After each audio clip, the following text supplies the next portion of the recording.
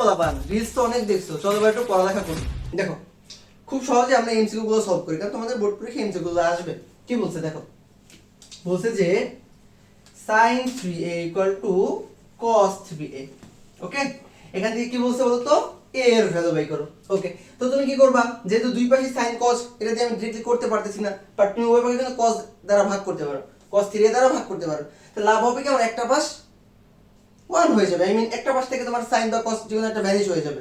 তাহলে খেয়াল করো, ওই পাশকে তুমি কি দ্বারা ভাগ করলা, cos 3a দ্বারা ভাগ করলা। তাহলে এই পাশে কি থাকবে, cos 3a ভাগ cos 3a। ওকে, তাহলে কি হবে, এটা এটা কাটা যাবে, sin 3a by cos 3a মানে কি tan 3a, তাই তো? আর এটার ভ্যালু কত থাকবে, 1 থাকবে। বলো তো tan 3a এর ভ্যালু কত? tan 3a এর ভ্যালু হচ্ছে 45 ডিগ্রি।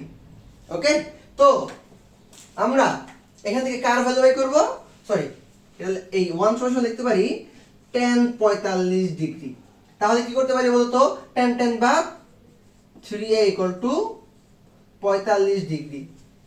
সুতরাং a equal to 45 কে 3 দ্বারা ভাগ করলে কত হয়, 15 ডিগ্রি। কোথায় আছে অ্যানসার, খ নম্বরে আছে।